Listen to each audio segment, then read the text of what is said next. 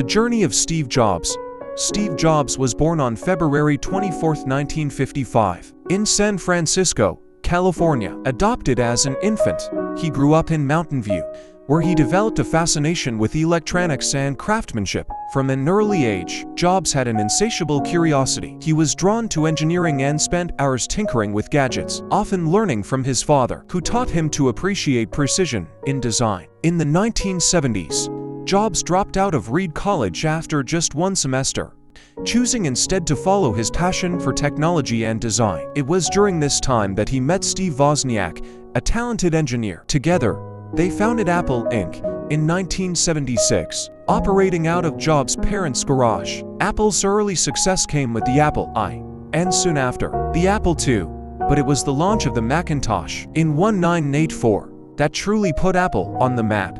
The Macintosh was the first personal computer with a graphical user interface, revolutionizing how people interacted with technology. However, not everything went smoothly. In 1985, after a power struggle with the board of directors, Jobs was forced out of Apple. But this setback didn't break him. Instead, Jobs started a new company, Next, which focused on creating high-end computers for higher education and business markets. Around the same time, he also bought Pixar, a small animation studio, which would go on to create the groundbreaking film Toy Story. In 1996, Apple struggled and bought Next, bringing Jobs back to the company he founded. Jobs returned as CEO, and under his leadership, Apple was transformed. He introduced groundbreaking products like the iPod, iPhone, and iPad, reshaping the tech world in the process. His philosophy was simple: make technology beautiful, intuitive, and accessible. Jobs' approach wasn't just about innovation, it was about creating experiences. He focused on seamless design,